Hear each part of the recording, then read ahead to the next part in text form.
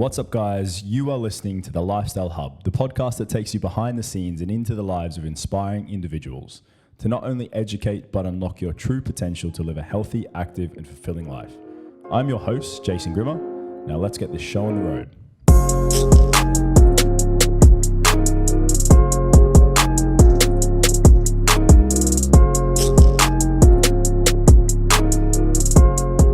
Before we get started, I'd like to take a moment to thank our sponsor, the leading home and commercial gym specialist in the Middle East, Ghana Fitness Supplies. Check them out at www.ghana.ae for all your fitness needs. Alrighty, guys, welcome to today's episode. And today's episode is episode 16, which actually is funny because 16 happens to be my favorite number. And this episode is a little bit more about me. It's been a while since it's been just me one-on-one with you guys. I think we've had so many guests come in over the last couple of weeks. We're already at episode 16 of the podcast. And every time I've kind of come on to have a chat with you, it's been with, we've had a very strict topic and we've had different guests on. And I think the last individual one with me was probably in the first 5. We'd had a few at the start. So it's been a while and I'm glad to be back, just you and me connecting for the next 30 to 40 minutes, depending on how carried away I get. But as I mentioned earlier, 16 is my favorite number, okay? 16 is my favorite number. Why? Well, I'm actually born on the 1st of the 6th. So I put those two together and, very early on, that was like my football jersey number because I like the number 1. Obviously, I'm born on the 1st of June, which happens to be actually later this week on Thursday. I'm going to birthday drop that. 6 plus 1 is 7, who happens to be my mum's birthday. Of course, Ronaldo's jersey number as well. It always makes that a nice little combo. And it was one of my first tattoos as well. I got 16 in Roman numerals tattooed onto my wrist. So it is quite fitting that this is episode 16. That totally wasn't planned. As I'm literally sitting here recording this right now, and as I went to announce it, I'm like, oh, I think I'm episode 16. How about that? So it was meant to be. So thank you for tuning in again. We've made it so far, 16 episodes of the Lifestyle Hub. Honestly, every episode's been absolutely amazing. So I'm so happy that you guys have been giving feedback, listening, engaging. It means a lot to me. So thank you. So what is today about? Today is about a few things. First of all, I wanted to kind of kick off saying a little conversation around birthdays. For a lot of people who probably didn't know, pre to the podcast, when I actually started to open up about myself more, is that I'm 29, which a lot of people always say to me, oh, you look like you're 34, 35, 36, 37. I think I've had a 40 in there as well. I know I look older, it's probably the beard, but under all the hair, I'm actually probably a lot younger looking than you may think. I am 29 years old. I was born in 1994. And, I feel like the last 5 years, August will be 6 years in Dubai officially. 6 years? 2017, 6 years in Dubai.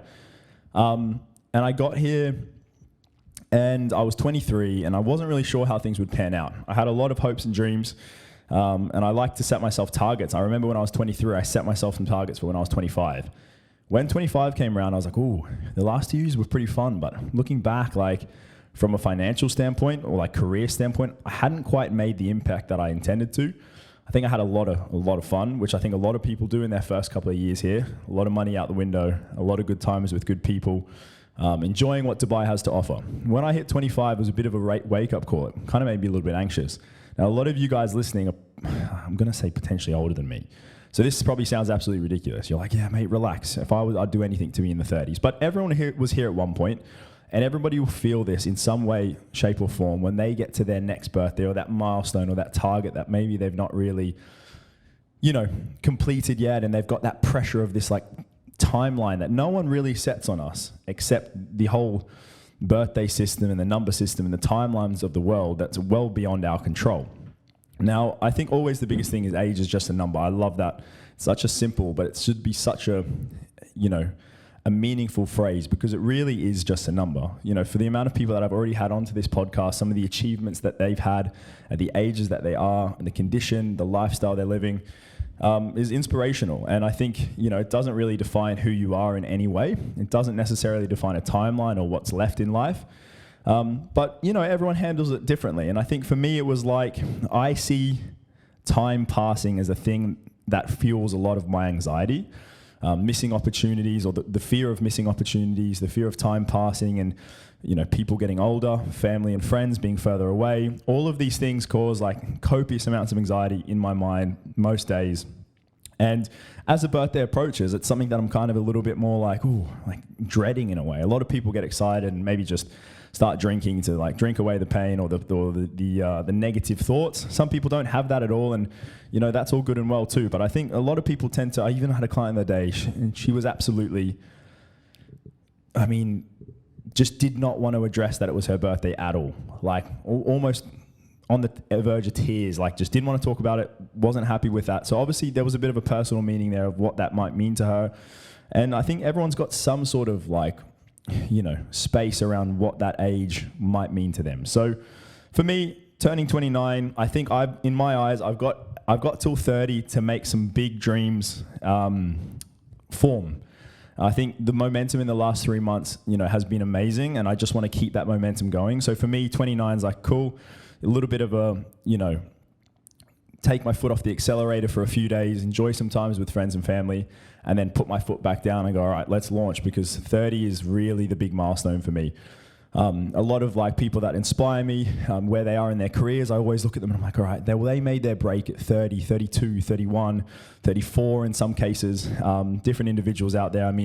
Ollie Marchand, who is the founder of Marchand in the UK, is a gym chain, up and coming. I've been following him for years, and just the effect that they're having on the fitness industry globally at the moment is so inspiring. So, the chance of me being able to leave my mark on the health and fitness industry, I feel like, I can still make that happen. It's not too late. And there's a massive list of other inspiring individuals here. I would say Chris Fade's another one. He's only kind of broken into the scene in the last 3 to 5 years, and also very inspiring for me. So there are people out here chasing their goals regardless of their ages. And so I feel like, don't put pressure on myself. Give myself 30 to set some goals. And then from there, I think the magic's really going to happen between 30, 35. Without being too stringent on timelines, I think it's just sometimes nice to have a little bit of a guideline to help push you a little bit. Because it's very easy to just sit back, especially in this city, where I know lots of people that have been here 15 plus years. And sadly, probably look back going, ooh, I don't really know what's happened.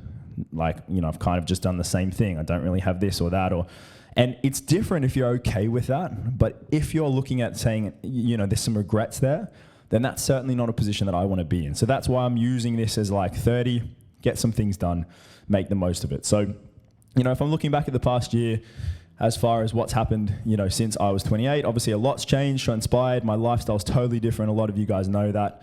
Coming out of the divorce, whole change of lifestyle, whole change of headspace. Obviously moving in with Vic, having such a great home life, which has been so pivotal for me, and it's actually helped me excel in so many other areas, being safe and happy, and less emotionally drained at home is such an important thing, and it's something that I hope everybody finds at some point, because it really makes you feel unstoppable when you go out into the real world. It gives you a big boost, especially having someone who's you're a bit of a team, which is an amazing feeling. So the last year's been great in that sense. I've seen family, always never enough, but there's some goals this year. Obviously, I'll try to get home to Oz at Christmas and spend some time with my family in Australia, which I can't wait for, my friends. I had a few of my mates visit last year. Loki and Luna are happy and well. Business is going well. And of course, the Lifestyle Hub launch. So lots of things to be grateful for, and I'm very happy with what has happened. I think this is something that everyone should do. When you go through, find a point in a year where you can reflect and give yourself a pat on the back, or potentially address things that haven't gone the way you want. It might not be your birthday. Maybe that's just an excuse to get hammered and smash some tequila.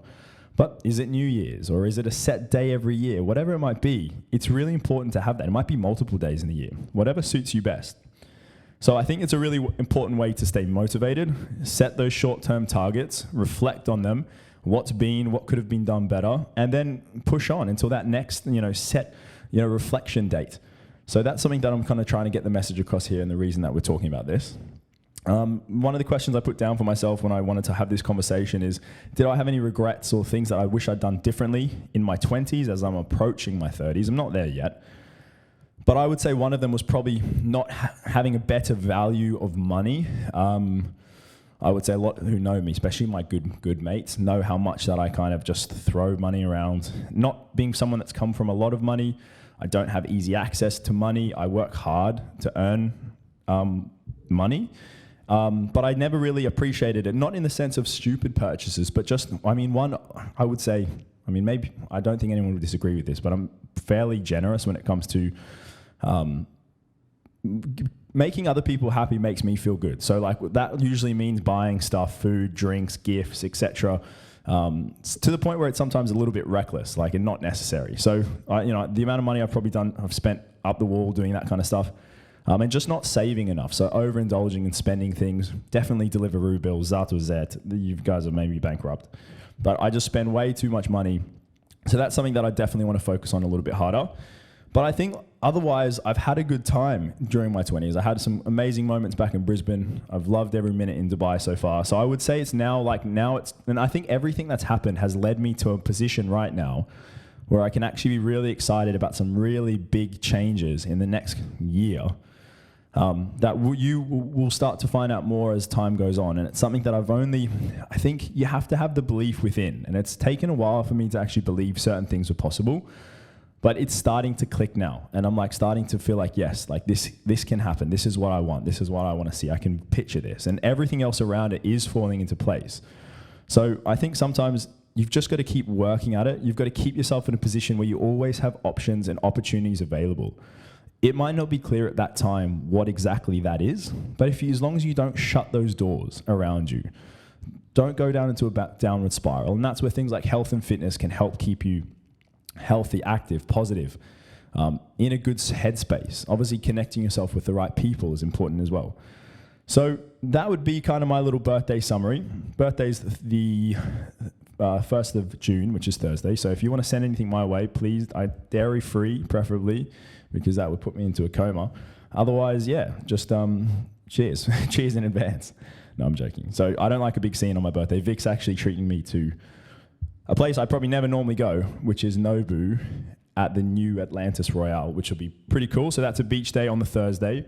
Wednesday, the 31st, is my photo shoot from their sub 10 in 10 week challenge, which I'm cutting tight. And to be fair, I'm very glad to be getting to the end of that.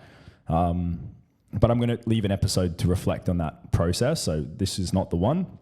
And then Saturday, we'll try and get a bite to eat somewhere. So that will kind of be that whole birthday situation done and gone. And then we move on and we push towards that 30 timeline. So for me, it's like a little chance of reflection, enjoyment, pat on the back, maybe take the foot off the gas, and then launch into that 30, which is really going to be a big one for me. That's where I'm setting a lot of deadlines and healthy pressure, I'd imagine. So today there is more to it than just kind of reflecting on a birthday that most of you guys are thinking, well, mate, I wish I was 29. So what are you complaining about? I'm not complaining, but I wanted to kind of just paint a few, pictures for you guys of things that I've learned over the last 29 years. Most of them have obviously been learned in the last 9 years. The first one is, I'm going to start with the phrase, calm is the virtue of the strong. It's a tattoo that I've got on my chest that I got when I was, 19. I was 19 when I got that tattoo. And I got it in Italian because I didn't like people reading English tattoos when I was in Australia. And then when you go to any other country, everybody just reads it in that natural language. So it says, calm is the virtue of the strong. The reason I got that tattoo is because it was something that I was absolutely miserable at. No matter what I would do, I would always fly off the handle really, really quickly. So if someone got under my skin, if someone got into my face, anything like that, I would get really angry, probably over the top. Definitely over the top angry and aggressive. So obviously playing football, yeah, I'm not a tough guy either. Like, that's definitely not what I'm angling for here. I'm not someone throwing left hooks and right hooks. I'm just somebody that gets angry, gets annoyed. I'm passionate about certain things. I feel like I do go out of my way to be kind to most people. And then when someone just sets me off, I kind of let loose. And it's a raining hellfire basically on that person. So why do people lack patience? It's something that I think a lot of people have trouble. People get impatient when things don't go according to plan. They get impatient when things are important, and obviously they're maybe short on time and priorities are involved. People get impatient with sometimes seeing other people succeed, and they can kind of, I guess, be more short with that person, or it's a bit of a jealousy kind of vibe as well. But I guess it also brings in like really negative characteristics, like, you know, you can be anxious, easily irritable, restless, you know, things like that, just not the right kind of, you know, traits that anybody wants to possess. And I think for me, there's been a few times, obviously playing football back in the day as a kid, you know, and a teen and whatnot, I'd get in so many arguments on the pitch and I would just lose my cool, and it would usually end up putting someone down onto the floor.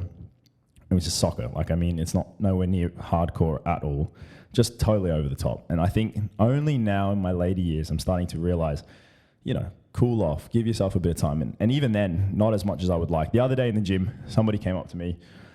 Obviously, I spend a lot of time being nice in the gym because that's where I work. And it's a place where I like to be as welcoming as possible to people. But sometimes people just, I mean, one guy clicked at me yesterday. He like clicked at us while I was using something. And I just said, mate, first of all, I felt a bit awkward being like, oh, that's what it feels like when I click my dogs. But I was like, mate, I am not responding to a click, that's for sure. So some people are just blatantly rude. And that's where I'll just straight up give them one. The other day, I was with a client actually, and somebody came over to me and they were like, oh yeah, I'm using this bit of equipment, blah, blah, blah, when I asked to share with them. And they're like, oh, there was a time when you didn't share with me, or there was some sort of incident that someone's hung on to for months. Obviously, I had no idea.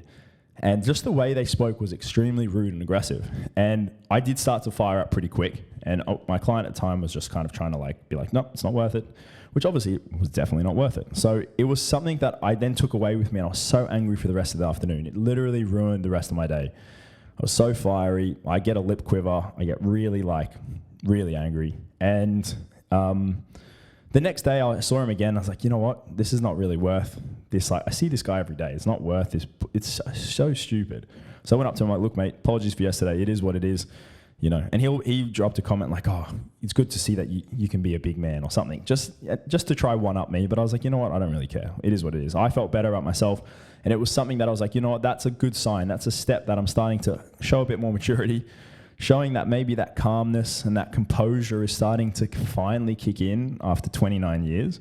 So that's a good sign. It's definitely a lesson that I've learned, and that I think it's a lesson. Some people have this naturally, which I definitely envy you guys, where you're able to like articulate your words, stay composed, stay calm, regardless of the situation. I'm definitely not that person. I just get annoyed and I can't really put a sentence together. So, you know, the saying is good things come to those who wait. So patience, you know, allows you to, you know, persevere, be more productive, make better decisions, and it often leads to greater success. So the quicker that you can capitalize on this trait, the better. So that would be definitely my little bit of advice. So that's my first topic on the things that I've learned. Calm is the virtue of strong, so be patient. The second topic, so there's 3 of these. The second topic is, and this is something that, again, I'm trying to work on, it's called living in the moment. And I think it's a big challenge that this generation faces. Obviously, you know, there's been so many studies around psychologists finding reports that people are so easily distracted, so easily daydreaming of lives and different worlds that they'd rather be in than being present in the one that they're currently in. 47% of our day is sometimes spent thinking about what we would rather be doing rather than what we're actually doing right now. So your mind is completely, you know, totally wandering half of the day. And that's not really including your sleep time. So that's pretty insane. So this is something that I've struggled a lot with. And I think, you know, I kind of transitioned into the world. I still had video players. I had a Sony Walkman with my CD stack. So I wasn't the total generation of just iPads and all that. I had like, you know, I mean, when I was going through high school, I had the iPod Nano. So I can relate to most of the, you know, the older brackets, and I did make the cut there. So I didn't actually experience all of technology's, you know, qualities. But I have gotten to that point now where I notice that it's so easy to be distracted. Obviously, the benefits that it has from a work perspective, you know, I can constantly be active on my phone with my clients, posting on social media, connecting with family that are overseas. And it's so easy to like literally go through hours and hours on your phone and not actually realize anything that's happened. And that, you know, there's been times where that's an issue at home, obviously with Vix. You know, we're both kind of quite busy, you know, work at our jobs and whatnot. But like sometimes, you know, I say me in particular, like, you know, I'm always on my phone. I can't switch off. I feel like I need to reply to people then and there. I need to like do this right straight away. I can't wait. I need to be checking. I can't have any notifications on the screen. I know a lot of people are like this, and it's like almost subconscious. And I think it's something that's kind of being slowly forced on us without intention, but because of the way technology is so quickly advancing. And it's just become like that phone is like an extension of like my life, like in my hand. I remember the other day when I went to Apple, my phone had broke. And I had no phone for, I think it was 36 hours, no WhatsApp. The first 24 hours was pretty crazy because I had full anxiety thinking, how am I, like, what's going on with my clients? How is this going to work with work? People messaging me. I thought I'd have 1,000 messages. And then after that, I kind of was actually just enjoying it. I was like, oh, this is nice. Like, I don't really need to check much. No one's really, I'm not replying to 1,000 different questions at that moment. So I think, obviously, when it came back, 1,000 messages were there waiting for me. And then I kind of just went straight back into it. So I think, little systems that I'm trying to work on is like, I'm slowly getting slightly better, but it still needs a lot of work. Things like allocating like cutoff times for work, when it comes to your phone. Obviously, the benefits around sleep quality too, by getting off devices before bed is huge. There's so many studies on that. We will do an episode on sleep very soon because it is the most important thing. But basically, trying to limit that time, be like, all right, cut off time. No, I'm gonna leave my phone upstairs now. I'm downstairs. I'm gonna chill with the fam, have dinner, sit on the couch, etc. My phone's nowhere near to be seen. I want to try to implement that. It's something that I struggle with because I feel like sometimes that time is the only time I have to like do some things that I haven't done. When I'm with clients for like 8 to 13 hours on the gym floor, it's obviously quite demanding, like from attention perspective, and you don't really get to kind of do any admin or emails or sometimes connect with family and stuff. So it's so hard to balance this, but I think it's so important because the days literally fly past. And I definitely think people close to you who you spend a lot of time with will feel like they're being neglected or they're second best. It's like the old thing when you sit with someone at a restaurant or a cafe and you just spend a lot of time on your phone. That's been me at points, like more than I would like, I'll be totally honest. And it's not out of, dislike for that person. People will say that it's like boredom potentially, but I think it's just for me, in my sense, it's like the anxiety of not feeling like everything's settled and there's things that are still pending. But I think the quicker we accept that there's always going to be a notification, something to do, the quicker that we can kind of just be okay with that and not have to be at the beckoning call of every single message. So the point that I'm trying to get at here is living in the moment. And, things like, when I see the dogs play outside, I think, gosh, I'm like, they're not going to be around forever. Like, go outside and play with them for a bit. Like, this is like time will pass. And like, that's such a massive point of my anxiety. For those that know me, especially my mates back home, they always like to try and set me off. Like someone will, my mate's granddad passed away the other day and he used to come and pick us up from school. Michael Rusk, you are amazing. He used to pick, my mate up from school, but some days he would pick me and my brother up and then we'd go back to his, and he was on like afternoon care of all the boys, and he'd sadly passed away, and it kind of was just like, wow, that was such a massive moment in life where he was there every single day. I remember like sometimes we'd be driving, when mum picked me up, we'd be driving behind his car. He had a little red, I don't remember what it was now, but a little red car, and it was just like such a standout moment, and then that's just come and gone like that. So I mean, this is just time passing, but for me that gives me crazy amounts of anxiety. So it's just trying to, I feel like when you're in the moment, time passes less fast. So where this is going is like the less you spend time on devices and you're mentally more present, I feel like you can actually find ways to almost slow down time. And things like meditation, yoga, mindfulness, taking moments to breathe, go outside, hiking, be more adventurous, things I'm trying to do a lot more of will definitely help. So that's the second thing I've learned when it comes to living in the moment.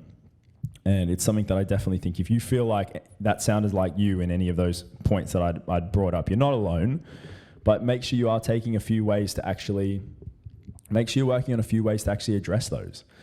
And it's just, you could start by, like, I love someone that I used to follow, was doing 1 day a week with no phone at all, which I thought was amazing. I couldn't do that, I don't think, because I'd be worried if my family tried to contact me. But I think having moments of the day with no phone, and I've been having that intention to do that more with Vic when we go out for date night. I haven't done it yet, like where I've actually said, I'm leaving the phone at home, but I will. And I think that will be like a really cool step to being more present in that moment. Even when I play with the dogs, just leave the phone, just enjoy that time with them. Like, I think so many people, they're so interested in, I guess, what's the word? Showing everyone else what they're doing currently, that they actually don't spend time in it themselves. Again, I've been guilty of this. I'm not being a hypocrite here. I'm totally aware that I've done a lot of this stuff. So it's something that I'm trying to battle. And if you guys are out there doing the same, start with a bit of yoga in the day. Try to allocate some time without having your phone on you, and try to set some boundaries around your work life and your personal and your home life. Leave your phone upstairs. It's going to help you sleep better as well at night. And that, one thing I was doing really well, and I still am, is I don't jump on social media until at least like 9 a.m. You probably notice any stories that I post don't come on until like midday. I try not to really engage in any social media until after 9, because I think the first thing in the morning, I try to set my mind with things that make me feel good and positive and motivated. Usually that's music, or it's a podcast, listening to somebody that's inspiring me. And I don't like to just start scrolling IG. So that's something you could also try from tomorrow. Don't check your phone. Don't check Instagram in particular. Maybe WhatsApp. Maybe don't leave your work emails out, and leave Instagram off. Check your WhatsApp. Make sure the fam's okay. And then focus on you in the morning. Start your day like that. I guarantee you, it will be a world of difference. And then finally, point number 3. So number 3 is the challenges that people face with being alone, right? And the inability to find peace with being alone. People are so, I guess, adamant that being alone is seen as a bad thing. They feel like they need to have somebody with them constantly. I think the quicker that you can accept time alone, the more you start to know what's important for you. It actually shapes you as a better person, and you can actually then, when the time comes that you maybe have a special someone with you, who you are is more defined, and you feel strong and confident about that. I spent a lot of time out here. Like, I'd always spend time around people back home, but the gym was like my alone place in a way. Like, I like to break away and have my headphones in. Usually I didn't like to train with people, etc. But when I was over here, I'd kind of been in a long distance relationship. So it kind of forced me to be somewhat alone. I wasn't going out and socializing as much. I wasn't putting myself in positions or situations where I could be distracted or anything like that. So I actually, which was, now looking back, it probably wasn't the best thing from that perspective, in the sense that I kind of alienated myself a bit, but it actually gave me a lot of time to focus on work, focus on the gym, focus on getting my mindset right, building different habits. And it's actually kind of helped shape me as a person, because I did devote so much alone time to myself, where I was very selective with what I would do with people and when and how. So I think, a lot of people, obviously it's enjoyable to be with others and share experiences. There's massive benefits to spending time alone. So, it's important to take time to think about feelings, ideas, hopes, problems, experiences. How was your day? Reflect on that, to create space for you to come up with ideas, different perspectives, and you can kind of analyze what's happening in your life better, what's happening in your relationship. When you're constantly around people, you don't really get time to address any of those areas. And it's very easy to just go from one day to the next and not actually have given yourself any time to analyze and plan or set targets. Like I was saying at the start with the birthday, timeline and reflection. Little things like milestones like that are so important when being alone. The term alone would obviously imply that you are physically by yourself, but it also wouldn't mean that you're not virtually connected to anyone. So it means get off your phone. Alone time wouldn't necessarily be just sitting at home but then on Facebook. I don't think that's going to really have the same benefits.